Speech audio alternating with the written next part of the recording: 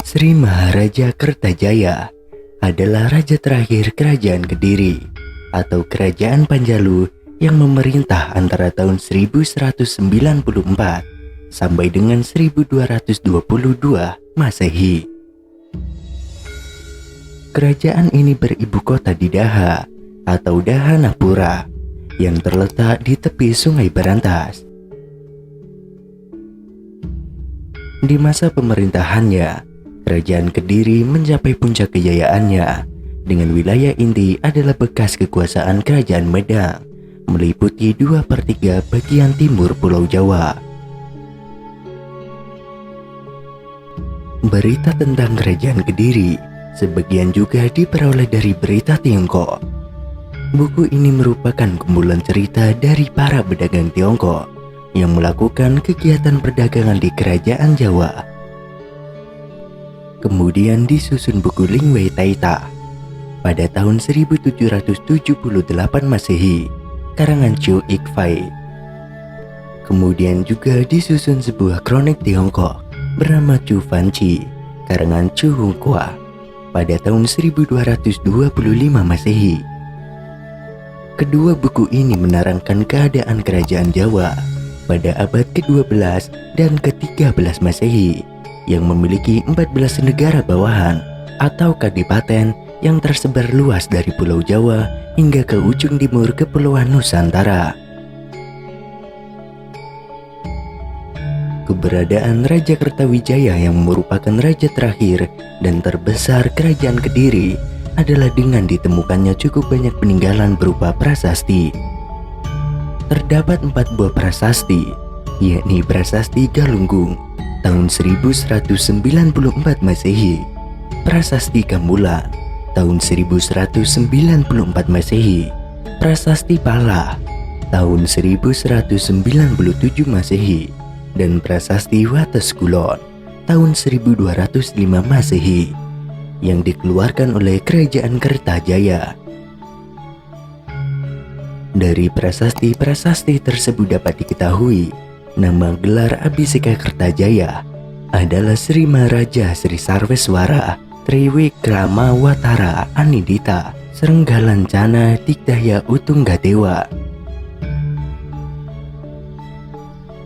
Nama Kertajaya juga terdapat dalam Kakawin Negara Kertagama pada tahun 1365 Masehi. Kitab sastra yang dikarang ratusan tahun setelah zaman Kerajaan Kediri oleh Empu Prapanca, seorang tokoh agamawan Islam, seorang tokoh agamawan di Istana Majapahit. Sedangkan dalam serat para raton, Kertajaya disebut dengan nama Prabu Dandang Gendis. Konon dengan kesaktiannya, Prabu Dandang Gendis mampu duduk di atas tombak tajam yang berdiri tanpa terluka sedikit pun. Dengan segenap kekuasaan yang dimilikinya, Kertajaya tidak puas dengan hanya menjadi seorang raja. Dikisahkan pada pemerintahannya Prabu Dandang Gendis menyatakan bahwa dirinya adalah dewa dan ingin disembah oleh segenap rakyatnya, termasuk oleh para Brahmana Hindu dan Pandita Buddha, layaknya Fir'aun dalam masa Nabi Musa alaihissalam yang mengaku sebagai Tuhan. Rakyat pun dipaksa menyembahnya. Bagi yang tidak nurut akan dibunuh. Fir'aun adalah gelar untuk menyebutkan seluruh penguasa Mesir kuno. Karena Fir'aun dianggap sebagai perwujudan dewa yang disembah, bagi rakyat Mesir, penyembahan ini bertujuan supaya kedamaian kehidupan di dunia dan di alam baka yang merupakan harapan semua anggota masyarakat dapat tercipta. Konsep Raja Dewa tersebut dipakai hampir di semua periode masa Mesir kuno. Berbeda dengan di Mesir, di Jawa tidak ada tradisi menyembah manusia yang hidup, walau raja sekalipun. Hanya raja yang sudah mangkat saja yang didermakan di dalam candi dalam wujud dewa. Aksi sang adik Prabu Kertajaya yang mengaku sebagai Tuhan itu kemudian ditentang oleh kaum pemuka agama. Para Brahmana pun menolak ketuhanan Kertajaya. Penolakan terhadap pengakuan Raja Kertajaya ternyata berakibat buruk bagi para Brahmana. mereka disiksa dengan kejam. Bagi yang mengakui ketuhanannya akan dibebaskan dari hukuman. Sementara bagi yang tetap tidak mengakuinya akan disiksa sampai mati.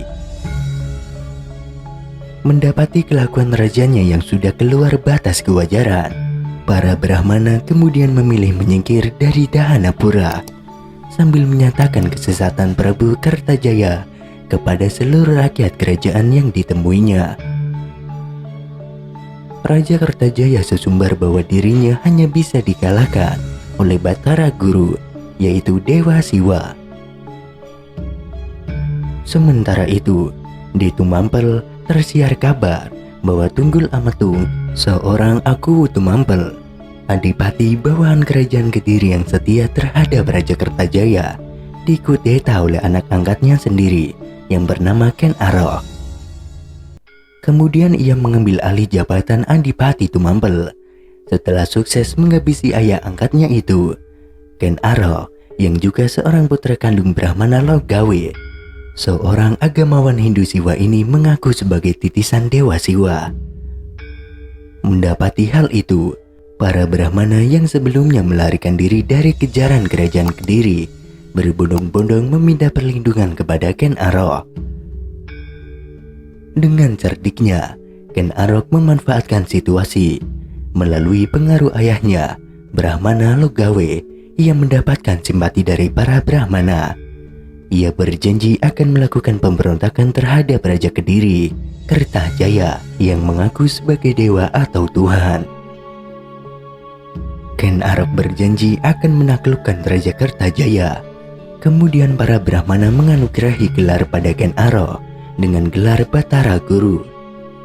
Mulai setelah itu, Ken Arok ditetapkan oleh para Brahmana sebagai titisan dewa. Gelar Batara Guru tersebut diyakini sebagai upaya pemberian kepercayaan kepada Ken Arok. Karena pada waktu itu, Raja Kertajaya sesumbar bahwa dirinya hanya bisa dikalahkan oleh Dewa Siwa. Sebagaimana diketahui bahwa Batara Guru merupakan nama lain dari Dewa Siwa. Setelah para Brahmana memberikan dukungan penuh terhadap Ken Arok, diangkatlah kemudian Ken Arok menjadi Raja Tumampel yang merdeka dari kerajaan Kediri. Sementara para Brahmana selanjutnya mempengaruhi rakyat dan para penguasa bawahan Kediri lainnya agar memberontak bersama-sama Ken Arok. Rakyat kemudian berbondong-bondong membantu Ken Arok untuk mengalahkan Kediri. Melihat Tumampel membangkang, maka Raja Kertajaya mengirimkan pasukannya untuk menyerang daerah tersebut. Tumampel digempur habis-habisan oleh pasukan kerajaan Kediri. Namun karena Tumampel didukung para Brahmana dan rakyat, maka serangan demi serangan Kediri dapat ditumpaskan.